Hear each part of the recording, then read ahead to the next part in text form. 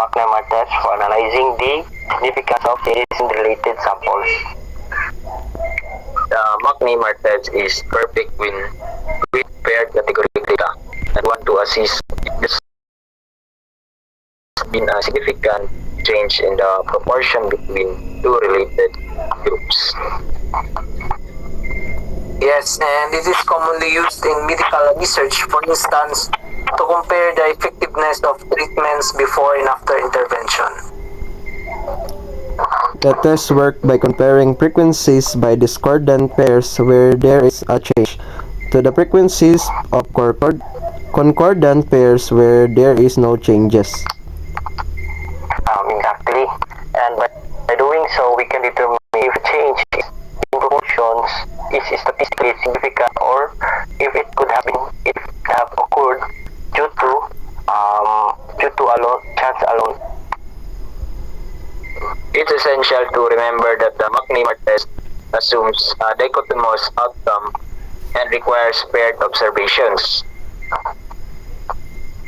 Right, and it is sensitive to small sample sizes, so we need to ensure we have an adequate number of paired observations for reliable results.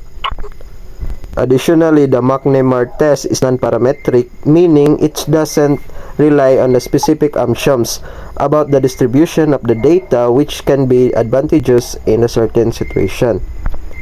Agreed.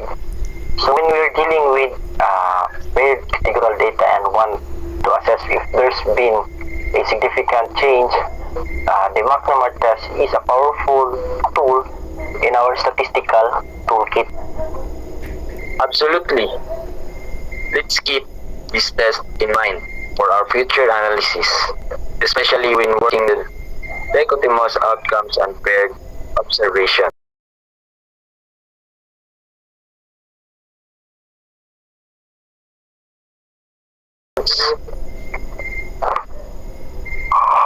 Welcome everyone.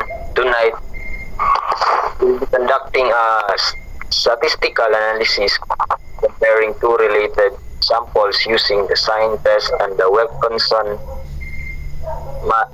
match pairs sign ranks test. So let's start by explaining the sign test. It's a non-parametric test used to determine if the median difference between paired observations is 0. So we are looking at paired data points. Exactly. For example, before and after measurements or measurements taken from the same subjects under different conditions.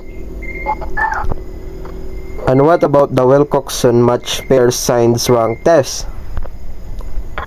This test also compares two related samples, but it takes into account the magnitude of the differences between pairs, not just their signs. So let's clarify the process. First, we collect our pair data, then we rank the absolute differences between each pair and assign ranks to these differences.